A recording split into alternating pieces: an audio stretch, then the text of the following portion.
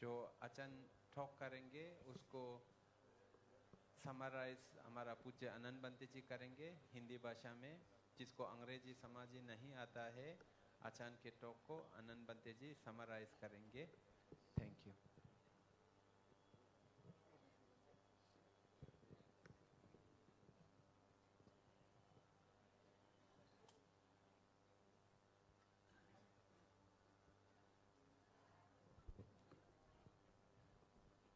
Thank you, Achan. We are very happy to see you. Seeing you already feels very peaceful under this beautiful Bodhi tree.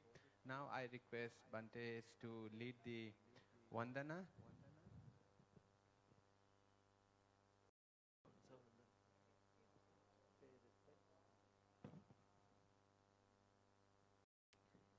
अभी सभी लोग भंते जी को वंदना करेंगे, नमस्कार कीजिए।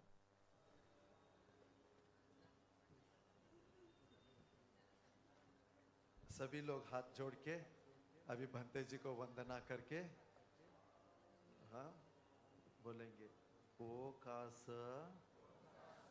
वंदामि भंते द्वारतयेन कतं सब्बं अपराधं खमथ मे भंते द्वितीयंपि ओकास वंदामि भंते द्वारतयेन कतं सब्बं अपराधं खमथ मे भंते तृतीयंपि ओकास वंदामि भंते द्वारतयेन कतं सब्बं अपराधं खमथ मे भंते अनुकंपं उपादाय साधु खमामि भंते। साधु साधु।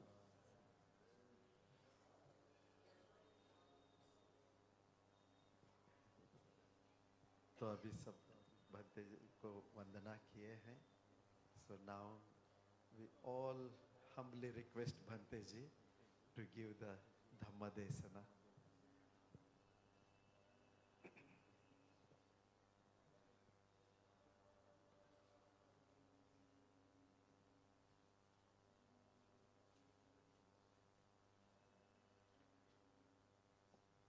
Namo tassa bhagavato arahato samma sambuddhassa. Namo tassa bhagavato arahato samma sambuddhassa. Namo tassa bhagavato arahato samma sambuddhassa. Buddhang dhammang sanghang namasami. Kiccho manusso patilapo.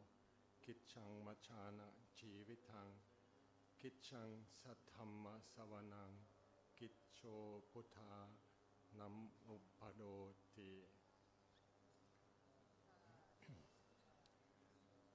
May I request the most venerable elders, Mahatheras,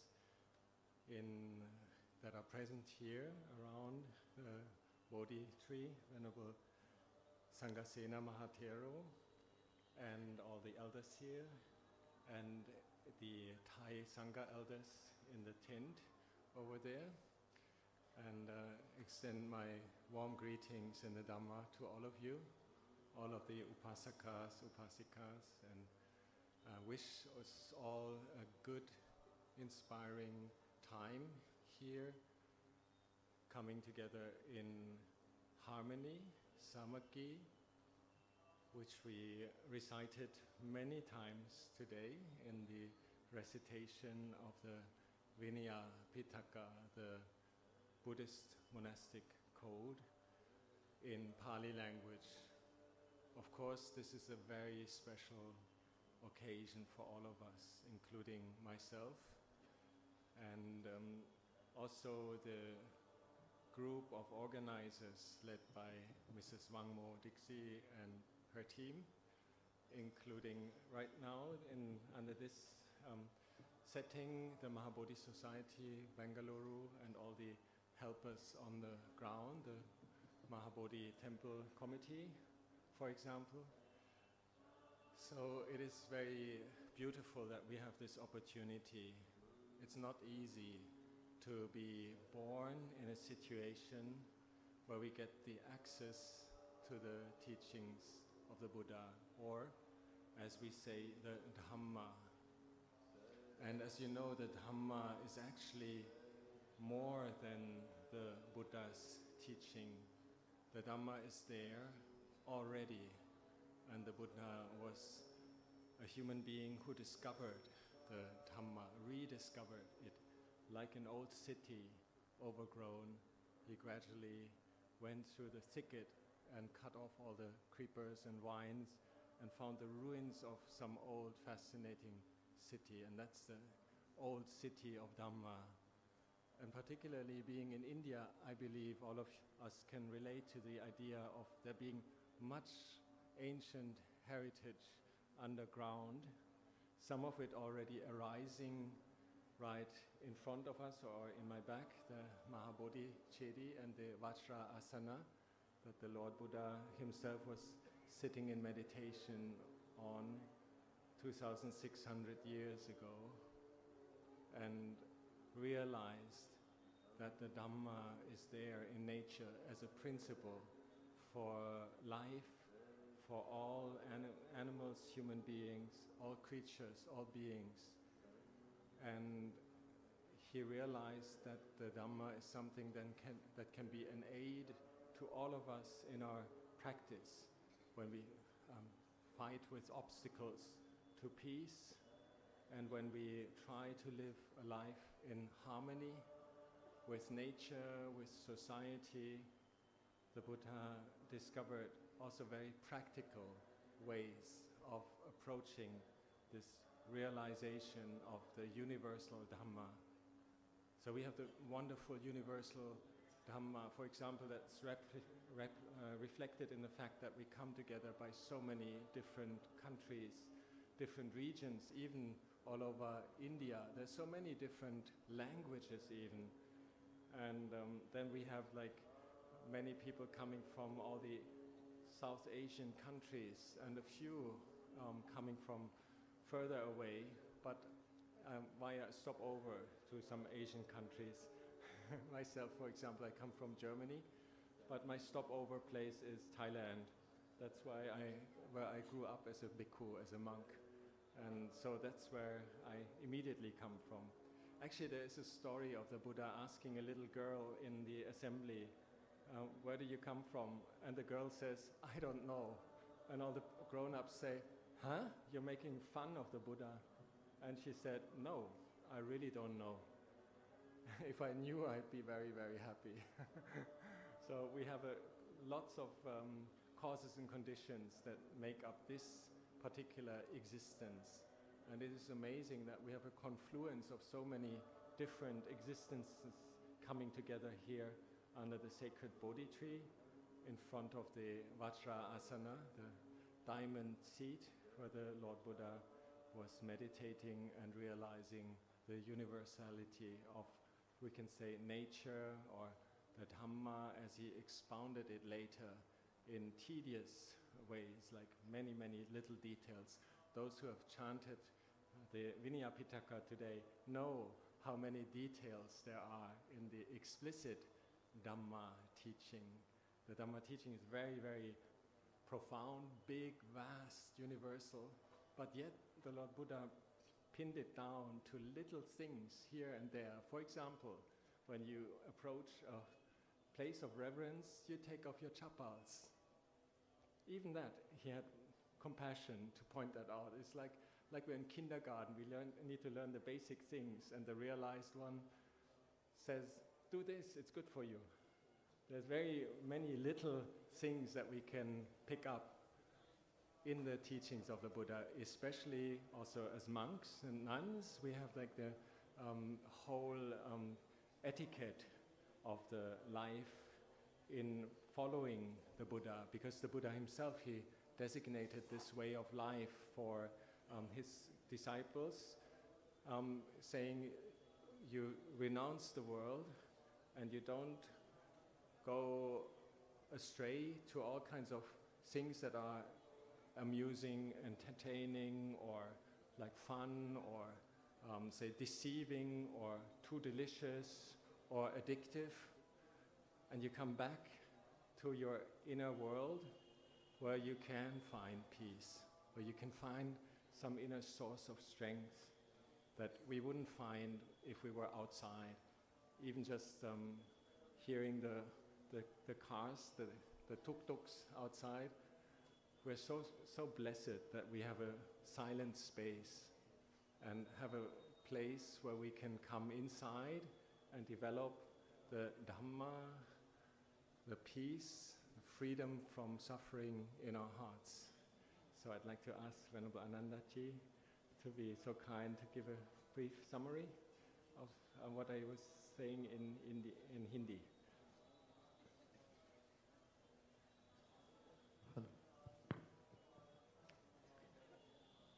Namo Buddhaya. सभी को जितने महासंघ है वंदना करते हुए, सभी को मेत्ता करते हुए केवली भंते जी का इस धम्म देशना को हिंदी में थोड़ा उसका संक्षिप्त सारांश बताने के लिए मुझे कहा है। सबसे पहले हम सभी लोग इधर आए हैं, दूर दूर से आए हैं, अलग अलग जगह से आए हैं। आज जैसे इधर पाठ किया है उसमें भगवान बुद्ध मिलजुल के रहने का बारे में, मिलने का बारे में बहुत बार बताए हैं। आज बहुत बार हम लोगों ने इसको पाठ किया है। तो इस वज्रासन के पास बैठ के हम लोग बैठे हैं। ये जो है भगवान बुद्ध का धम्म जो है वो सिर्फ उपदेश नहीं है, वो जो सच्चाई है, जो भगवान बुद्ध जैसे कि एक पुराना शहर से जंगल में जो डूब गया होगा, ऐसा पुराना शहर को खोज निकाल के हम लोगों को दिया है, ऐसा धम्म हम लोगों को दिया है। तो भंते जी बोल रहे हैं कि भंते जी खुद को भी यहाँ आने का इतना एक बहुत अच्छा बहुत खुशी का मौका मिला है। आप लोग सभी का अलग अलग इंडिया का अलग अलग जगह से, दुनिया का अलग अलग जगह से सब मिल के एक जुड़ के हम लोग जब रहते हैं, ये बहुत बड़ा सुखदायक है बोल के भंते जी ने बताया। भगवान बुद्ध के बारे में बहुत श्रद्धा से भंते जी भगवान बुद्ध कितना करुणा से हम लोगों को ये धम्म सिखाया है, इसका बारे में बताया। तो हम लोग इधर आए हैं तो इसको तो कुछ कारण होंगे, कारण स्थिति अगर नहीं है तो ऐसा मिलजुल के नहीं आ सकता है। हम लोग कहाँ था, कहाँ से आया, अभी कहाँ से आया बोल के एक भगवान एक लड़की को पूछते हैं तो वो बोलती है कि मुझे मालूम नहीं है। उन्होंने बोला कि दूसरा लोग बोला कि क्या आप मजाक उड़ा रहे हैं भगवान का, घर से तो आई हो तुम। नहीं, मगर मैं पहले जन्म में कहाँ था, अभी कहाँ से आया वो तो मुझे मालूम नहीं है।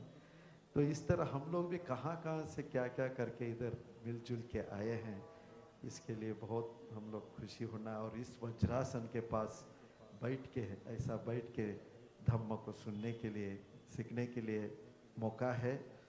और भगवान बुद्ध का करुणा कितना है बोलने से, बहुत छोटा चीज़ को भी भगवान बताते हैं। जैसे चप्पल को कैसा छोड़ना, कहाँ छोड़ना, ऐसा छोटा चीज़ को भी भगवान हम लोगों को सिखाते हैं ये महाकरुणा का कारण से, ताकि ये जो पालन किया तो हम लोगों का प्रगति होगा, हम लोगों का मन बढ़ेगा। तो अंदर का जो शांति है वो पाने के लिए बाहर का शांति इधर है ही है, और अंदर का शांति को हम लोग पा सकते हैं। Thank you. So the great compassion of the Buddha to spell out the truths that he found is very amazing, and also the timelessness not only of the universal principles but also of the things that we can still practice in daily life for ourselves when we emulate the way of the Buddha. And the Buddha was kind and giving us advice on all levels, and I find it really fascinating also for myself, sometimes I get inspired by the very high teachings, the teachings of letting go and being completely with myself without any contact or so, and just renouncing whatever I can.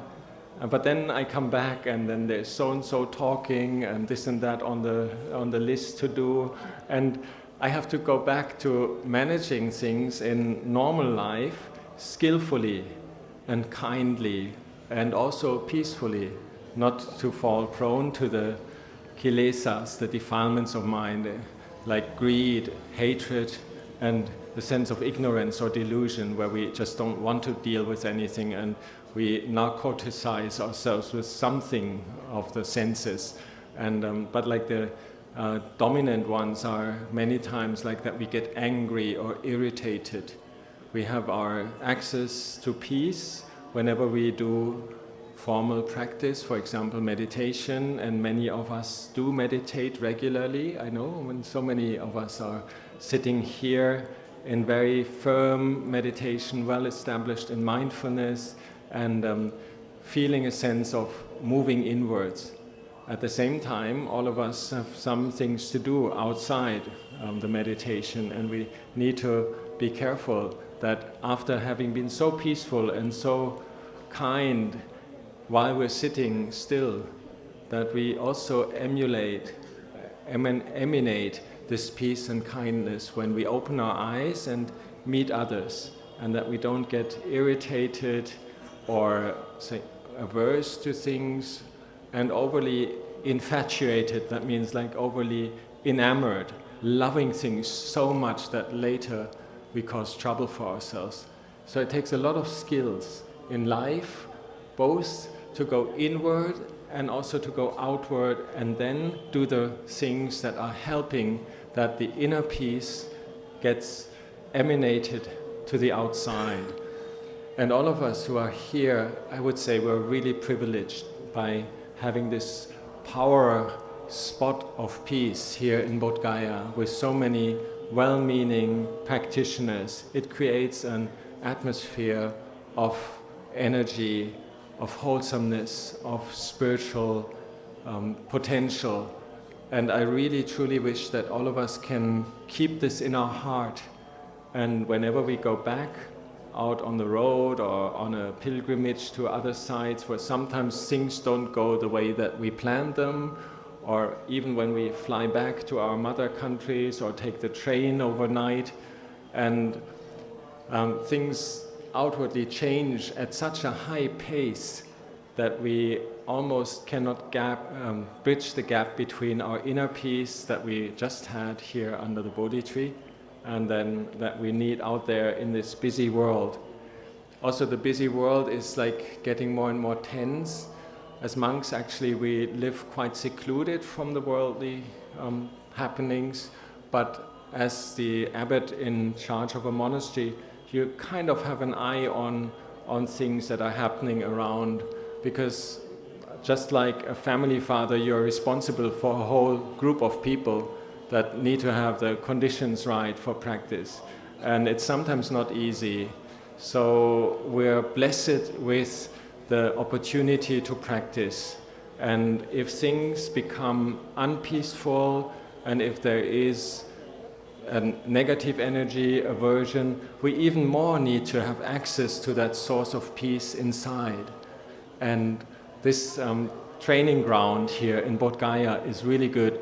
It sometimes feels so inspiring that actually maybe there's some extra portion that we can really keep deep inside, and whenever we go back to our normal life or abnormal life, however you put it, then we can use some of that and pacify the waves of the tides, of the storms, of the typhoons, the tornadoes.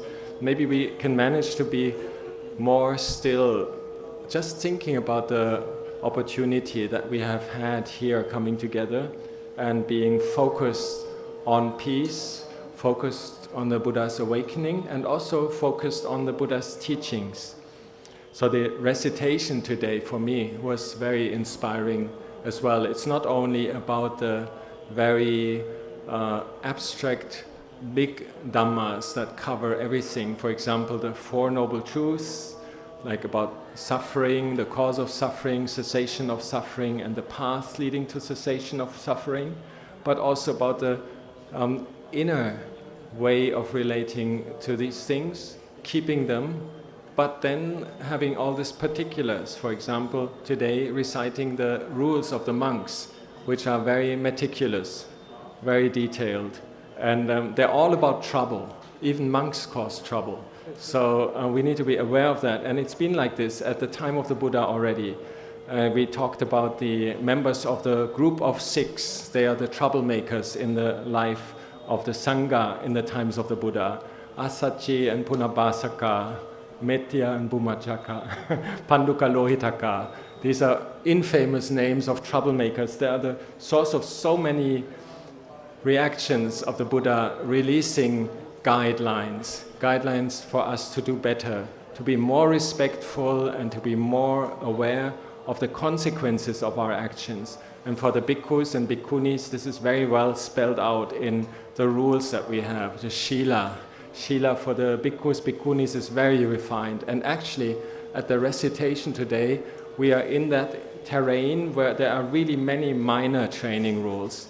We have already recited in the last 2 years the 227 training rules for the bhikkhus, which are the major outline, the things that are really confessed every fortnight by the bhikkhus, that every bhikkhu really needs to know. And we have the recitation, the patimokkha, which will be demonstrated on the 5th at the full moon, and for all of us to hear.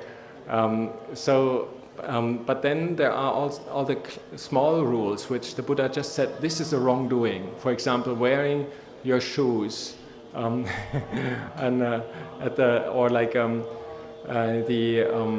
rules of respect, or things that we talked about today, the misbehavior of a certain monk.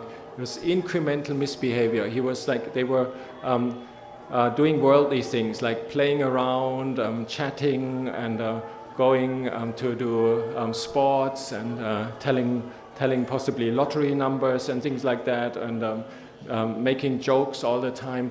They weren't restrained monks. They were actually quite shameless and worldly.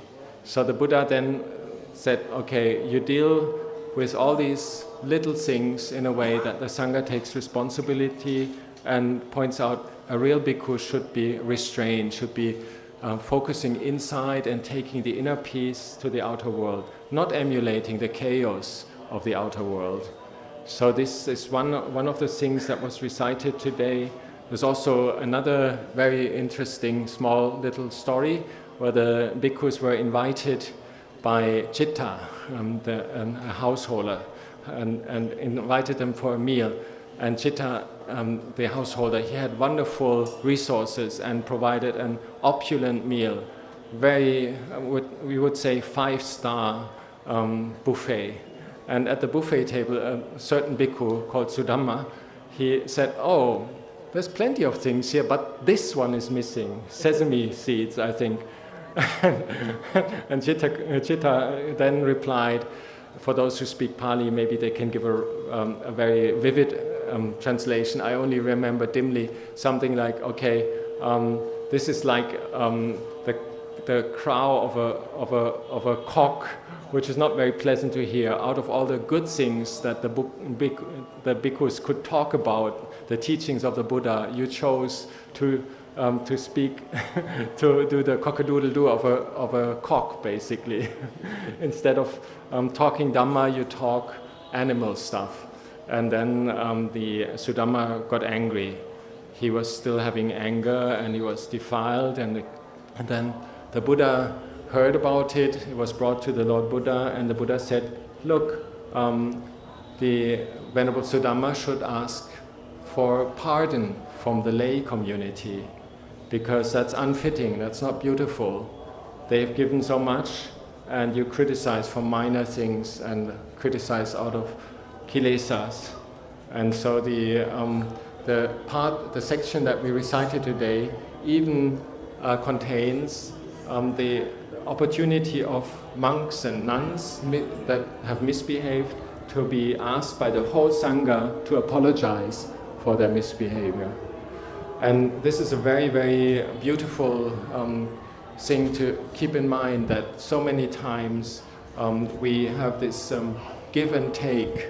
And in one way, even though we're practicing in different frameworks, we're all in the same boat. We've all got the same tendency to make mistakes and do unbeautiful things. When we've lost our mindfulness, when we've lost our inner peace, then we make things that we later regret. But we can apologize and we can ask for forgiveness. And one of the beautiful traditions that we have is just at the beginning of this Dhamma talk, Venerable Bhante Anandati, he just also led an asking for forgiveness chant before inviting myself to give the Dhamma. This is one of the very beautiful traditions within the Theravada Sangha, is that whenever we meet somebody, we meet him or her humbly and we ask for forgiveness. If there's anything that was offensive that I've done, may you please be so kind, forgive me. By body, speech and mind, let us not have unwholesome karma between us. So these are little things that are spelled out in the Pali language. And when we recite under the sacred Bodhi tree here now, a lot of these little procedures, traditions, they are there in the original words of the Buddha. And I find that very inspiring. Daily life at the time of the Buddha, where people were offended by each other, people were critical of each other, monks, lay people were misbehaving, and the Buddha corrected it and gave the skillful means and the words that are at the heart of the old Pali tradition, the Theravada tradition. We use many of the old formulas still to the very present day for the same little mistakes that people make all over the centuries. So we have the big Dhammas, the Four Noble Truths, the three characteristics, the search for peace and letting go in ourselves, but we also have those little skillful means, those little pointers by the Buddha. Do this, don't do that. This one is a wrongdoing, a dukkata, something that's not so well done. Do is always not good, and kata is, as you will know from Hindi, Sanskrit, it's like something that was done wrongly. And then the opposite is obviously something sukhata, something well done. So the Buddha was kind enough to point out all these things. And this is what I like about the Vinaya, the rules of the monks, that you see all the daily life situations that come up within the Sangha towards the laity or the other way around. And they're all under the umbrella of the big, beautiful, universal Dhammas, that actually we try to let go of our sense of pride, ego, entitlement, the sense of superiority, sense of privilege. We all try to let go of that, and sometimes we cannot quite do it. And then we're so glad that there is a way in the tradition to make amends for that. The monks and nuns can really give many examples of that, where we are so happy that we have a Vinaya procedure, some of the little things that the Buddha pointed out, where we can correct ourselves. And so that's one of the beautiful things. For me, under the Bodhi tree, it's the universal powerhouse, the navel of the Dhamma, like where the Buddha just got this like huge insight that's unbelievably beautiful, and universally for everybody it speaks for itself. And then we're sitting here and reciting all the little things that the Buddha had to tell towards his disciples when they were misbehaving. So we have real life and we have the ultimate aim of our practice at the same time. Please give a summary.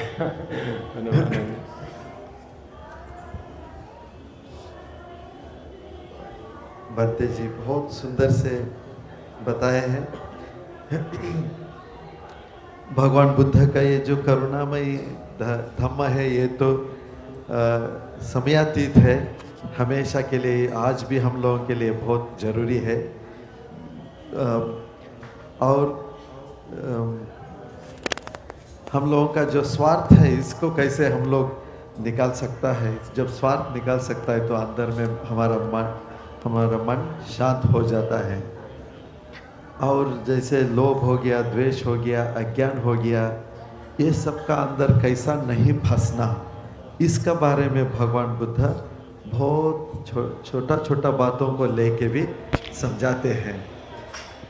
और चाहे वो अंदर का शांति हो, हम लोग तो ध्यान करके तो शांति पाते हैं, मगर जब बाहर का दुनिया में आते हैं तो उस समय कैसा हम लोग उसको मैनेज करते हैं, उसका बारे में हम लोग सोचना है। बाहर में भी ऐसी शांति को ये करना है। अंदर का जो शांति है बाहर वो प्रज्वलित होके आना है।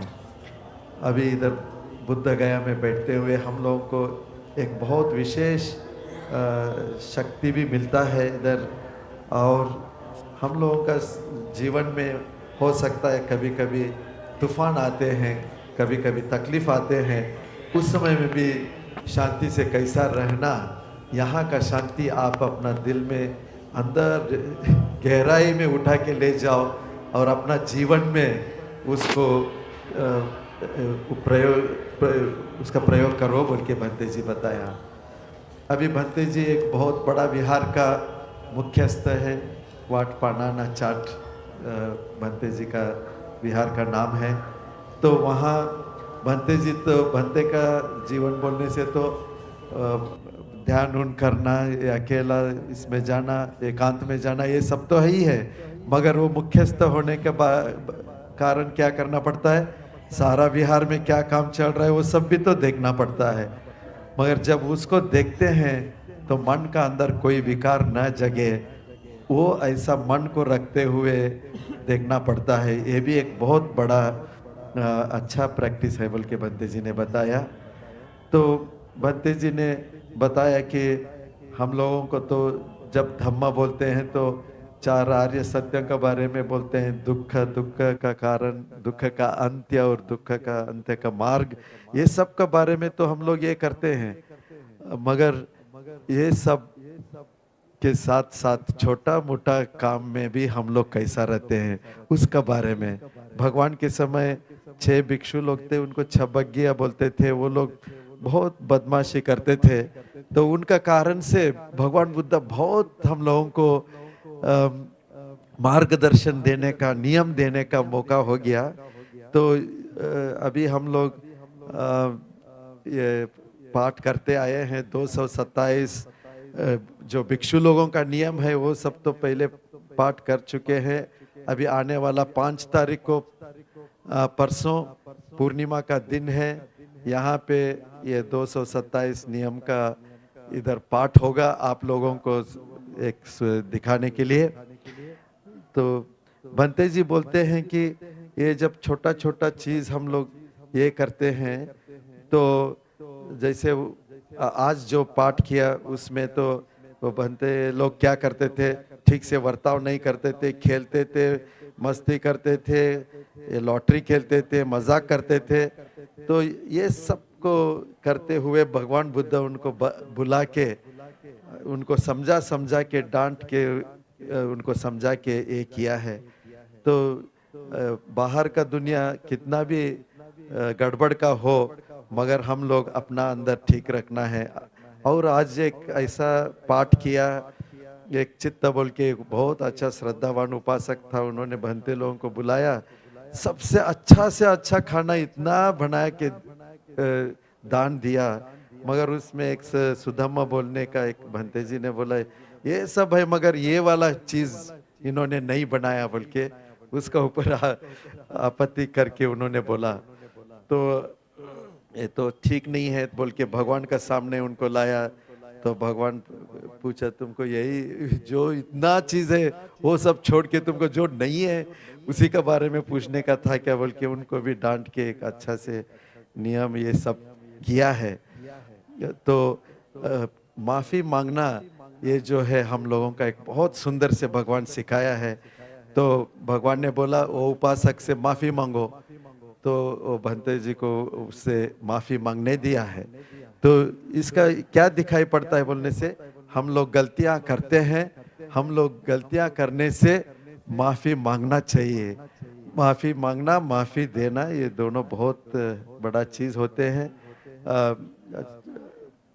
तो भगवान ये सब छोटा छोटा चीज़ों को लेके कैसा हम ये सिर्फ बड़ा बड़ा चीज़ हम लोग धर्म बोलने से नहीं सोचना है।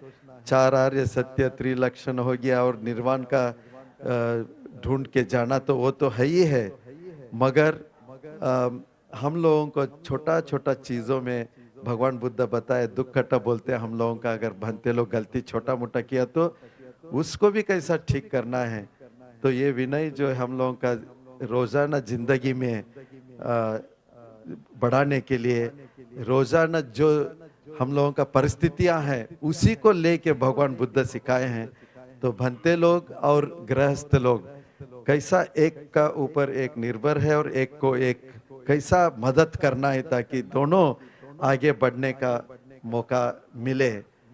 तो हम लोगों का अंदर में आखिर में सब जाने दो बोल के सब कुछ छोड़ना है। हम लोगों का अपना बड़ा छोटा, ये मेरा ये तेरा, ये सब भेदभाव ये सब कुछ छोड़ना है।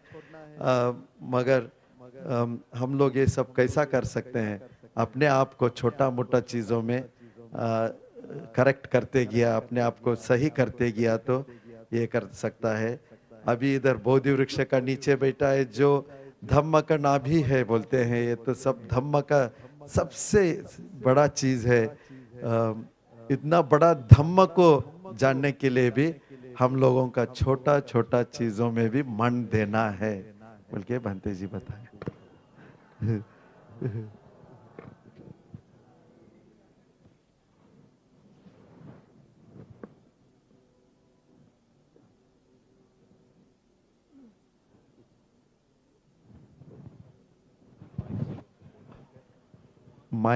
माइक ऑन कीजिए भंते जी का। I can. Okay. So the parallel to the bhikkhus' rules, bhikkhus and bhikkhunis, Vinaya, is for the lay community Shila. And then, as you know, we have the Noble Eightfold Path. We can summarize at Shila, Samadhi, meditation, and Panya, wisdom. So in our tradition, the forest tradition, we are not so well studied. We don't know all the fine details, but we have one general feeling around the practice is that it always is the whole thing, the whole Eightfold Path. For example, we have the daily life things that we need to be careful about, being respectful to each other, being forgiving to each other, not fighting, not killing, not stealing, and not having sexual misconduct and alcohol and drugs and all these addictive things. That these are the basics which the Lord Buddha spelled out in detail for the monks even more so, and for the laity as a foundation. But to be able to do that, we have to have meditation, we have to have peace of mind, we have to have the inspiration and the uplift that we can do better than our basic normal instincts where we sometimes get aggressive, sometimes get impatient. So in that we train through meditation, through samadhi, sati, satipatthana.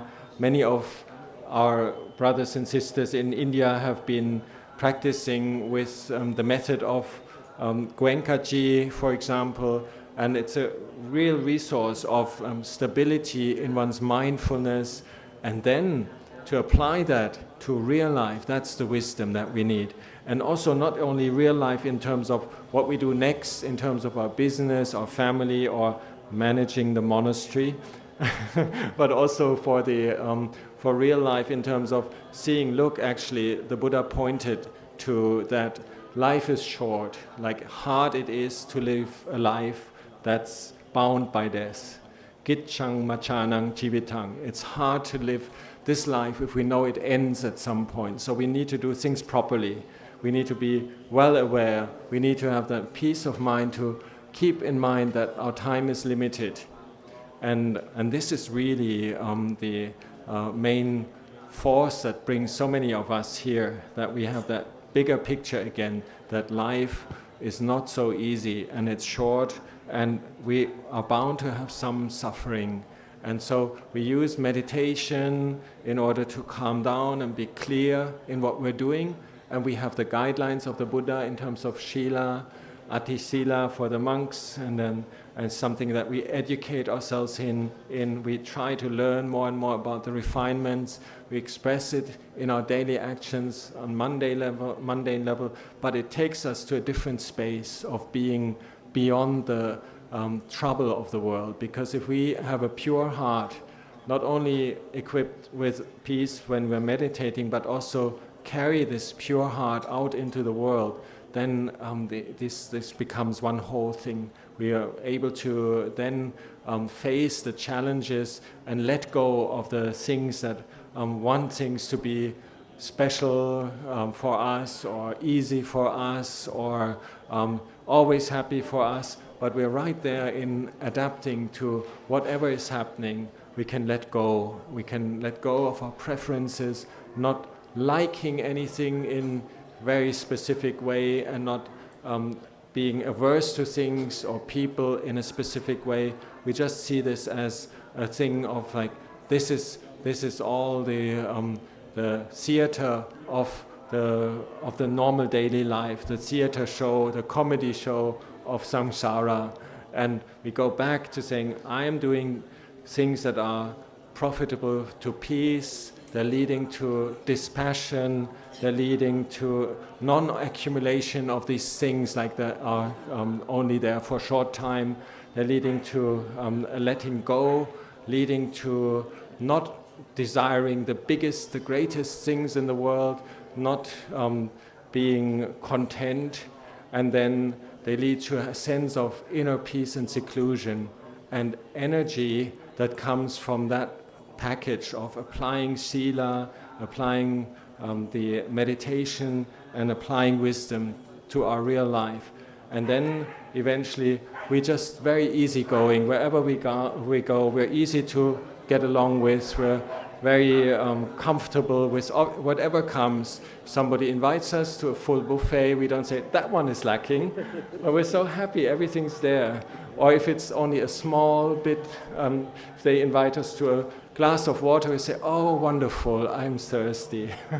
So we've got the whole picture. And these qualities of dispassion, and dispassion, not being bound up with things, not being clinging to things, not accumulating things, the quality of not desiring big things and being content, quality of going inwards, going to a place of seclusion, and the quality of good energy and to be easy to look after. These are 8 Dhammas that will be coming up in the Chulavagga recitation. These are the Dhammas that the Lord Buddha taught Mahapajapati Gotami. It's a very beautiful set of parameters which we can always check for ourselves. Is what we're doing Dhamma? Is it Vinaya? Is it the teachings of the Lord Buddha? So the first one is like viraga, to have dispassion, not get infatuated, not being like a teenager just on honeymoon basically and messing up everything afterwards. So have a sense of coolness, viraga. And then visangyoga is like to be not fettered, not be bound up, not be say tied up with things. We all want freedom anyway, so we don't want to be slaves of things. So, and then so we can ask ourselves, is what we're doing leading to a more tight thing, where we're tied up with things, where we are addicted to things, where we can't let go anymore?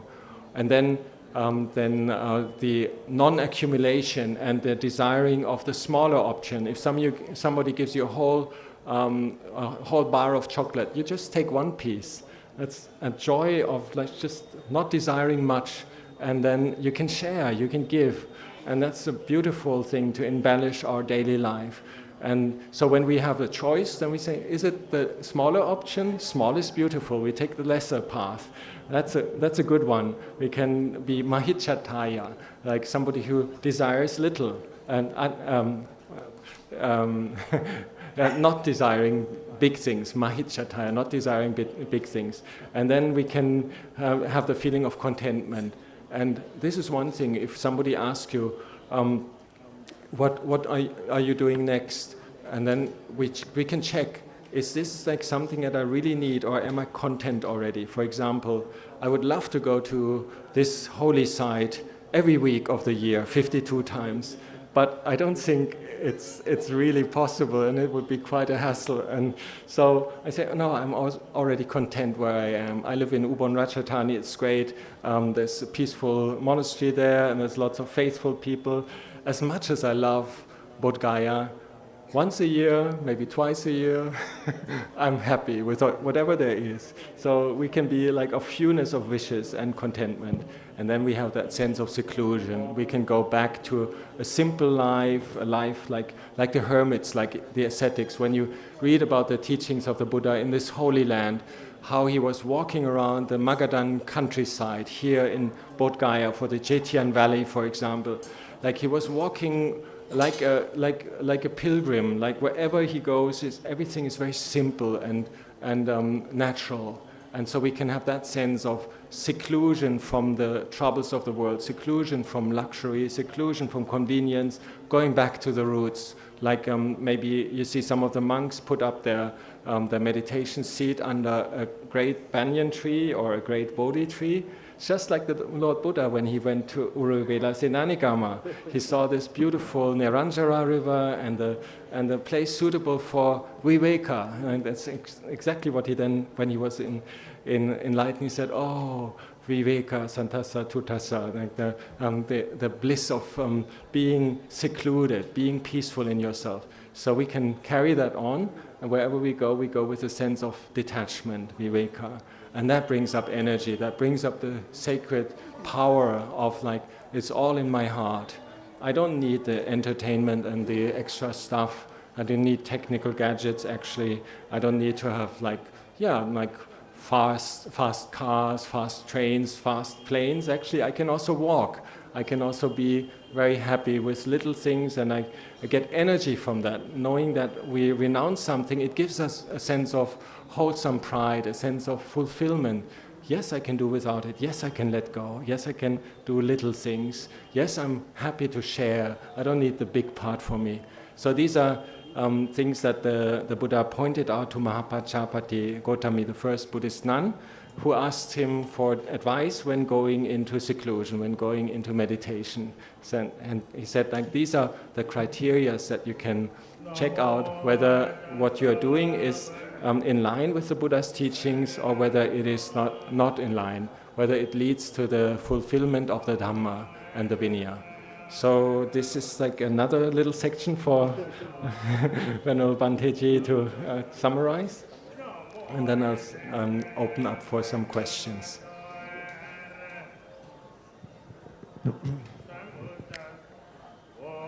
Bhanteji बताए,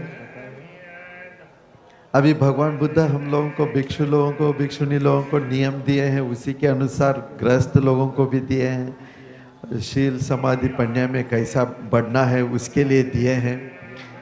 अभी भंते जी बताए कि वो forest tradition से आते हैं, उधर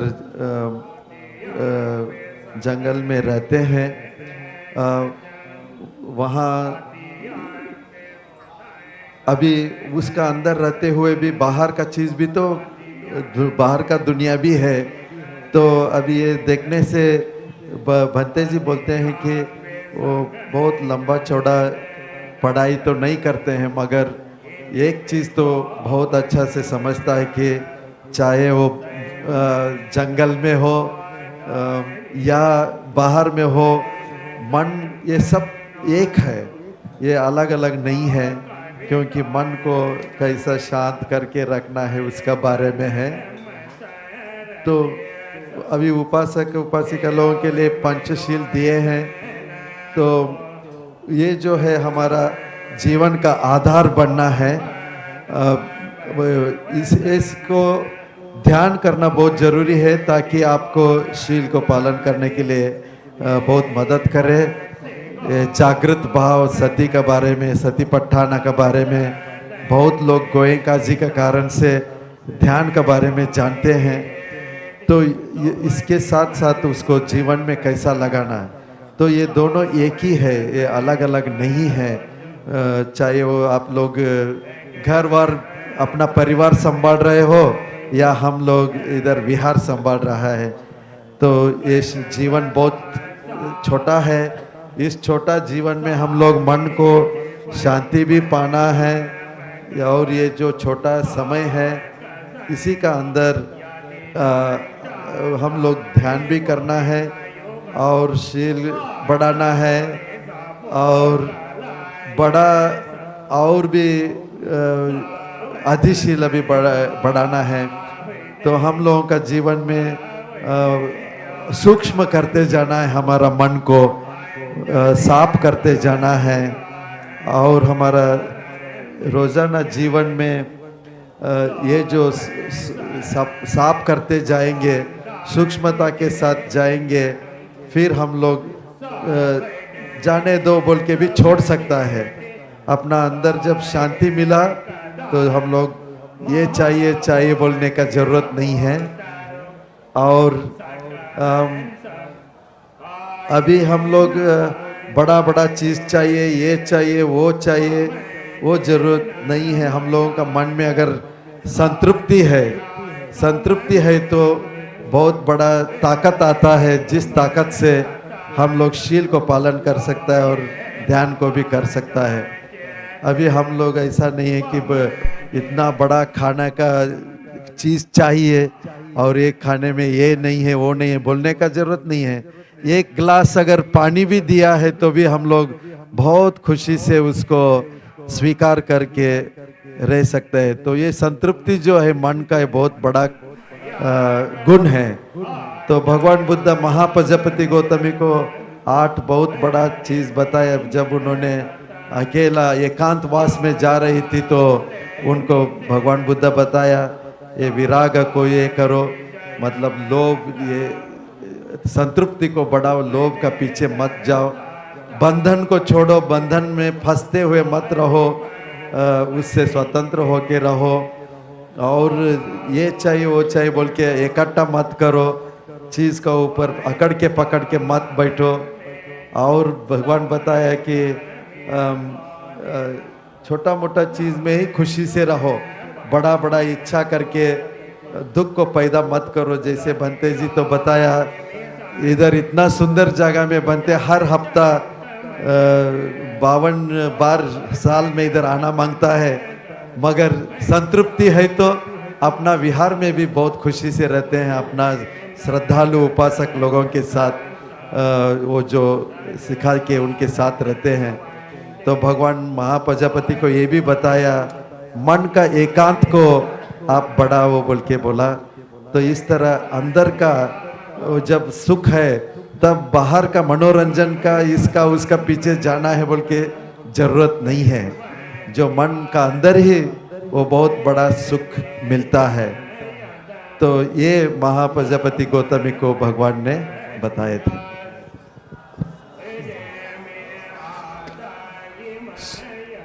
So, is there anybody who would like to ask something that I can give guidance with? Usually we have like the opportunity to ask a few questions at the end. किसी का कुछ प्रश्न है तो पूछ सकते हैं। बंते जी प्रश्न पूछने के लिए अवकाश दिए हैं।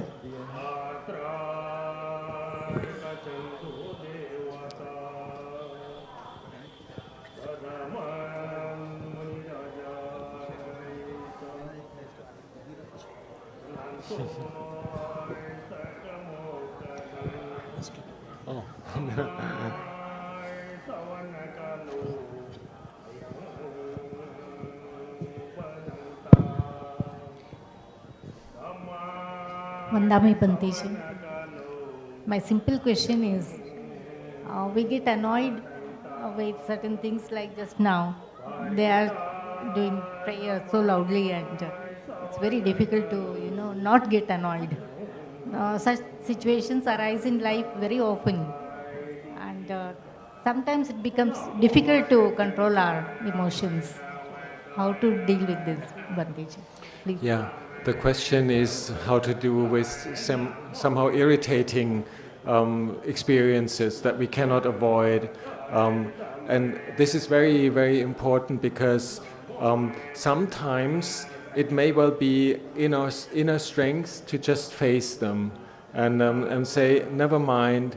And if your energy is good enough at that moment, you'll sense it. You'll have a smile on your face and you'll say, never mind, he or she is just doing their thing. I can still be contained. I can still keep my own values. I can still be kind. And but sometimes you notice also through your own mindfulness that maybe your good energy isn't enough for the healing of the situation. Then sometimes it is also okay then just to withdraw from the situation. And a good example is that even the Buddha, who was fully enlightened, he also went in seclusion every now and again. When the monks in Kosambi were quarreling, he saw there's nothing he can do now, and he just left and went to the forest. And even more so, us, we don't have that peace of mind. We would possibly say unskillful things. Then it's also good to have the mindfulness and wisdom to know yourself good enough that you can say, I need a break. I need to move away from this. Sometimes it can just simply be that you say, I need to sleep over it. Ask me again tomorrow. Or next time, we'll see again. And trust that there'll be a chance that maybe you can communicate things more easily. So that's a function of wisdom. And it's not only the high ideals that you should be able to do everything perfectly, but also to know yourself when you see that things are going a bit off the track. Then just to be restrained enough not to react to that and go away maybe, or do something else. Listen to a Dhamma talk or think of the Bodhi tree. Just take your time. And a situation like this, we cannot change it. It's been like this so many times. So we know this already. So actually it's quite fun. I can almost say I enjoy it. I would miss it if it wasn't that we had this like special chanting in the background. And also, yeah, like similar to in my monastery, sometimes you get the dogs walking into the shala.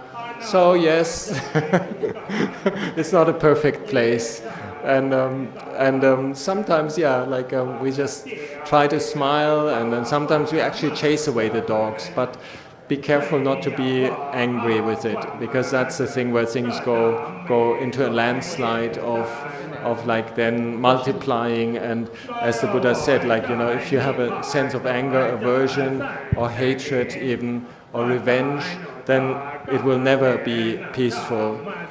That's a very, very profound ancient wisdom that the Buddha said. Like, if we still have a seed of like, I really want to kind of retaliate, say, pay back with unfriendliness, then the issue won't stop, that the Buddha said.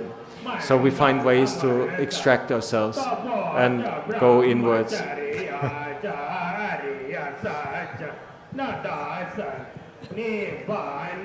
नमो बुद्धाय। मुझे एक question पूछना है हिंदी में। मैं हिंदी में बोलूँगी, English में नहीं आता है। मतलब पूरा वर्ल्ड बुद्धा को इनडायरेक्टली फॉलो करते हैं, तो डायरेक्टली फॉलो करने में उनको क्या दिक्कत होती है?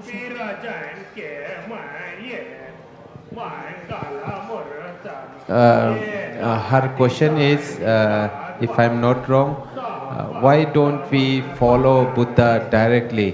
Why we follow Buddha indirectly? What is the problem in following Buddha directly? Is her question. Yes, we try. We try as much as we can to take it directly. Sometimes times have changed and the Buddha was silent about certain things that are happening these days. For example, the way people spend their lives in front of screens and with fast economy and money and things like that. The Buddha didn't predict or didn't give us any guidelines. So then we have to take the spirit of the Buddha's teachings and practice in that. And that relates to a lot of transfer. We need to translate the teachings from the Pali canon into our daily experience, into our situation right now. And wherever we can follow them directly, we do. Sometimes we memorize very simple teachings of the Buddha, and then we can, it's almost like magic, they come back to us in the situations that we need them. Then we can feel, yes, we're practicing directly in the footsteps of the Buddha. Or when we're practicing according to these, for example, these 8 principles that the Buddha was teaching to Mahapajapati, then we can always say that's always right, to do something that leads to dispassion, to fewness of wishes, to contentment. That's always right. And then we are practicing the Buddha's teachings directly. But it's up to us to spot these things and not be dissatisfied with it. Like also in meditation, letting go, an ultimate sense of freedom. I believe everybody has a little bit of that. Otherwise, we wouldn't be here. Otherwise, we would be doing all kinds of other things. And but if we have that little seed of wanting to do exactly what the Buddha wanted us to do, then if we have that, then we're nourished to make this more whole and more spreading towards other areas where we possibly are in situations that aren't so easy. For example, in meditation, if the Buddha says let go, or just watch the breath, or pachupatita hoti, just be established in the present moment, then we're doing it directly in line with what the Buddha asked us to do. But many times we actually cannot. We're somehow misled by other things, like many factors coming in, the kilesas, our restlessness, for example. And then we need a way of coming back and using the wisdom faculty to bring those teachings back to a direct path. If we can do it, whenever we can, we are happy. We'll be so happy. And whenever we cannot, then we try to link whatever happiness we had in certain experiences to the new experiences. So that's would be my answer. Why are we not following the Buddha directly? Yes, we are in some moments, but many moments we actually forget about it. So then we remind ourselves, and that's also part of mindfulness, to be able to call yourself back.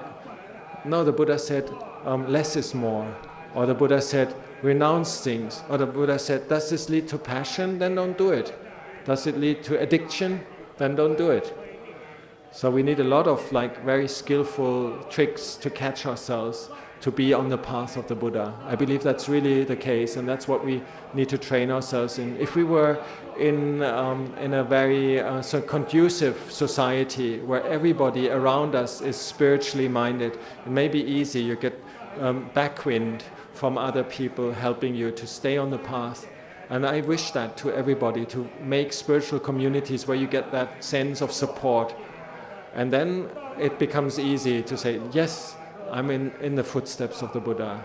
But if you're out in a more secular situation, sometimes it becomes really complicated. And then all we can do is find back the way to the direct experience that we already have. I believe everybody here has had a sense of peace arising in the heart, despite outwardly difficult situations. And then we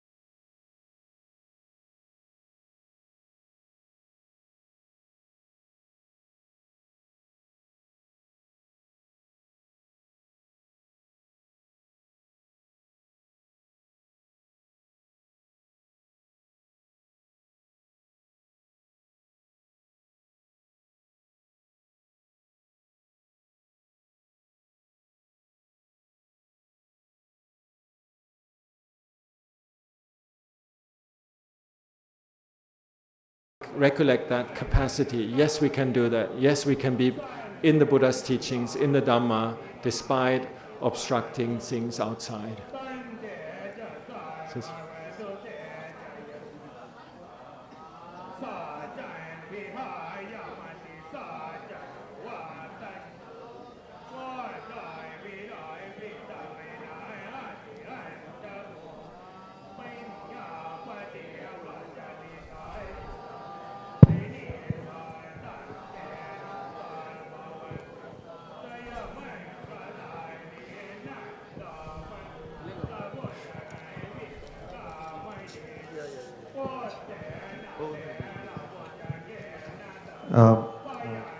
ये उपासिका question पूछा था कि भगवान बुद्ध का धर्म को सीधा साधा क्यों फॉलो नहीं करते हैं, इनडायरेक्टली करने को ये करते हैं ना।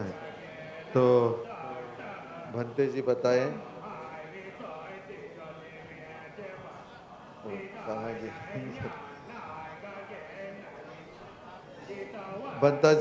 भंते जी बताएं। अभी कभी कभी हम लोग सीधा साधा उसको पालन करते हैं, कभी कभी इनडायरेक्टली भी करते हैं, करना भी पड़ता है। अगर आपको अभी आपको कोई तकलीफ है, कुछ है, तो उस समय अगर आपको भगवान बुद्ध का धम्मा मालूम है तो सीधा साधा उसको कर सकते हैं।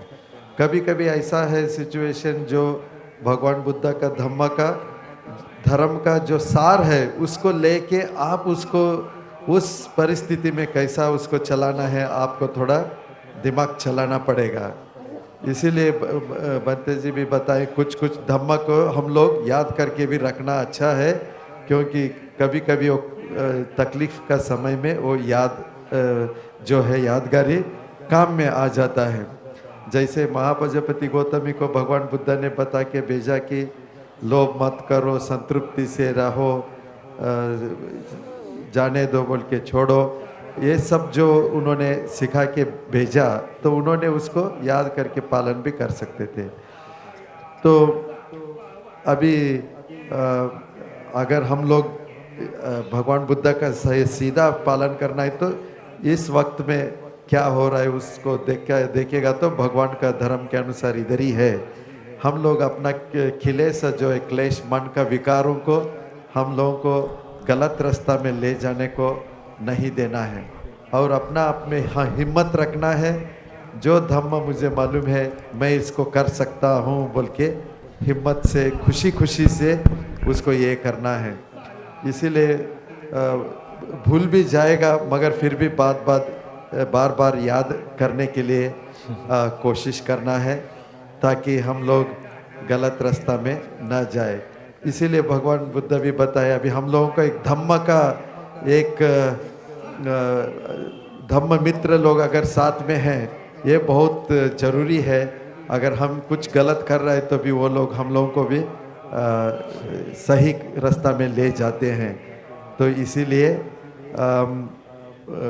भंते जी बताया कि हम लोग अपना कुछ चीज़ डायरेक्टली जैसे भगवान बताया वो भी करना है, कुछ चीज़ भगवान का धर्म से लेके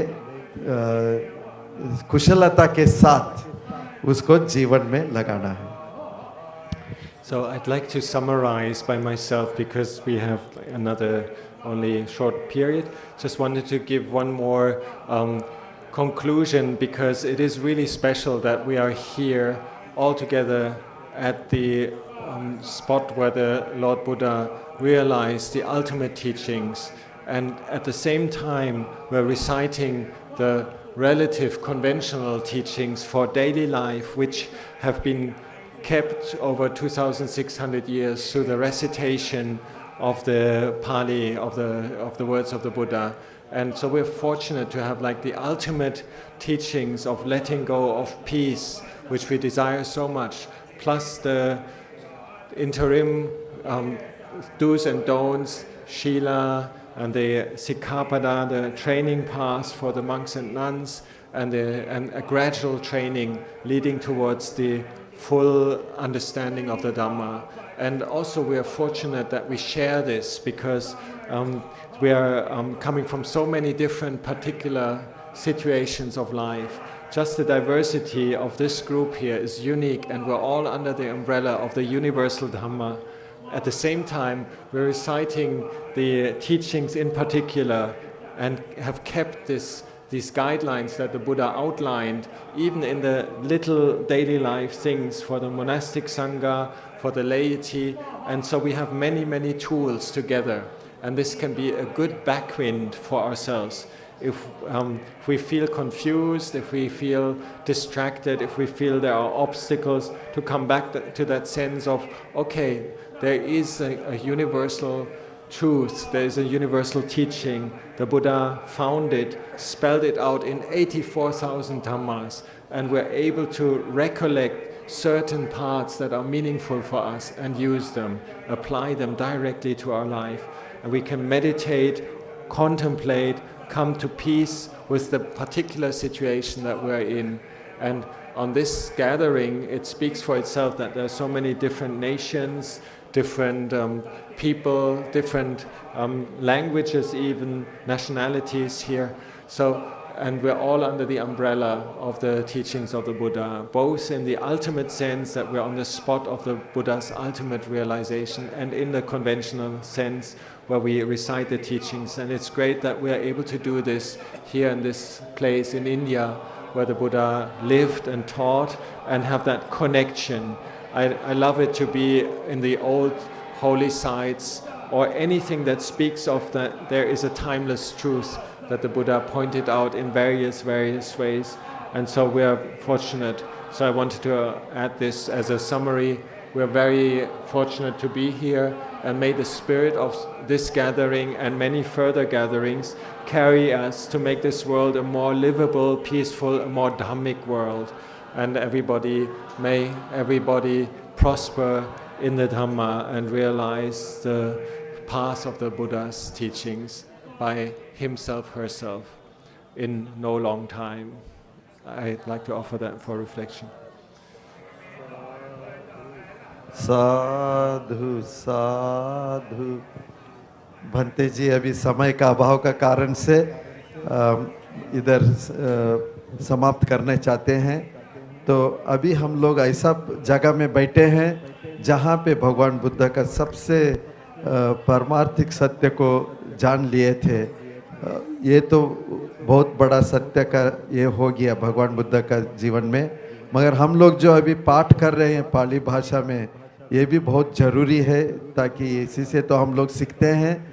हम लोगों का ज़िंदगी में अकड़ के पकड़ के नहीं रख के जाने दो बोल के छोड़ने का ताकत बढ़ाना है। और हम लोगों का भंते लोगों का हो, भिक्षु भिक्षुनी लोगों का नियम का तो हो ही गया है, सब लोगों के लिए है। तो अभी छोटा ज़िंदगी का छोटा छोटा चीज़ों में हम लोग, चाहे भंते लोग हो और या उपासक उपासिका हो, इस समय हम लोगों का ज्ञान से हम लोग देखेंगे, उसको बढ़ाएंगे। भगवान बुद्ध का जो धर्म है 44,000 धर्म जो है, ये सब हम लोगों को वही 84,000 जो 84,000 जो धम्म है, ये हम लोगों को सभी को उसी तरफ ले जाता है। और इसलिए हम लोग ध्यान उन भी करेंगे, जिंदगी का अंदर भी उसको डालेंगे। हम लोग अलग अलग देश से, अलग अलग भाषा से, सभी लोग हम लोग भगवान बुद्ध का छत्री का अंदर इधर छाया में आए हैं। तो भगवान बुद्ध का ये चाहे हम लोग दूसरा पवित्र जगह में जाए या दूसरा कोई भी जगह में जाए, जहाँ पे भगवान बुद्ध ये अकालिक सर्वकालिक धम्म को सिखाए हैं, उसको हम लोग याद करेंगे। बहुत हम इधर बहुत खुशी हूँ, बहुत भाग्यशाली हूँ, और हम लोग धम्म के साथ जिएंगे, शांति को पाएंगे और आगे बढ़ेंगे। उसका अनुभव, सबसे बड़ा चीज़ का अनुभव भी करेंगे। आप सभी को भंते जी आशीर्वाद किया है कि जल्दी से जल्दी वो जो महास्थिति है निब्बाण का, वो जो है जल्दी से जल्दी मिले बोल के। साधु साधु साधु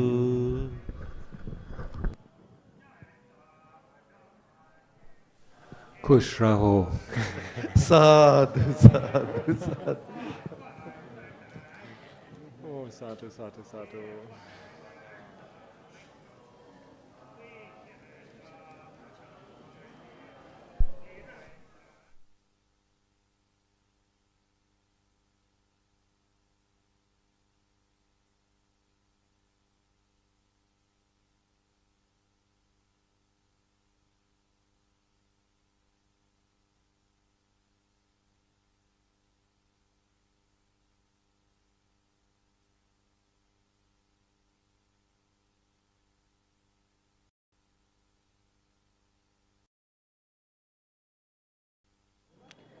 एक स्पेशल बुद्धा स्टैचू है।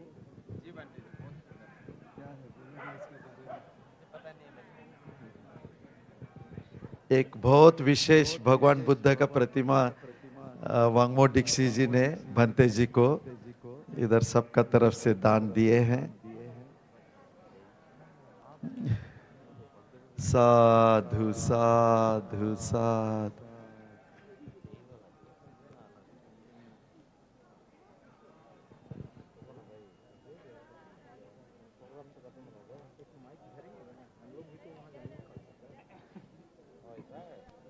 क्या बोला?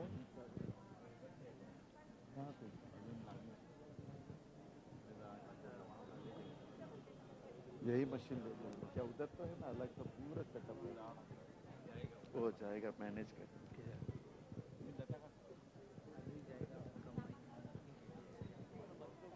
कल हम लोग फिर सुबह 7:15 तक आ जाइए। 7:30 से हम लोग शुरू करेंगे त्रिपिटक का पाठ।